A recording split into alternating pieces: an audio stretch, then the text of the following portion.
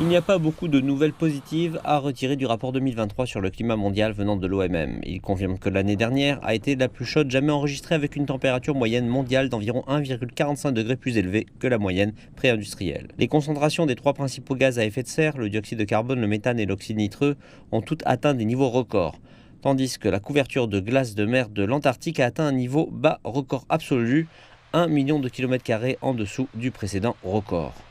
Les glaciers de Suisse ont perdu 10% de leur volume restant et, dans le monde entier, l'ensemble des glaciers de référence a connu la plus grande perte de glace jamais enregistrée, l'Europe et l'Amérique du Nord particulièrement affectées.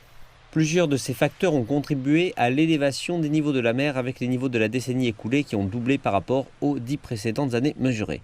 Les niveaux de chaleur des océans n'ont jamais été aussi élevés depuis le début des relevés il y a 65 ans. Plusieurs phénomènes météorologiques extrêmes liés au changement climatique sont spécifiquement mentionnés.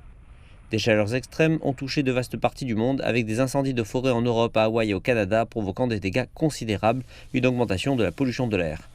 Des précipitations exceptionnellement fortes, notamment dues au cyclone méditerranéen Daniel, ont touché la Grèce, la Bulgarie, la Turquie et la Libye.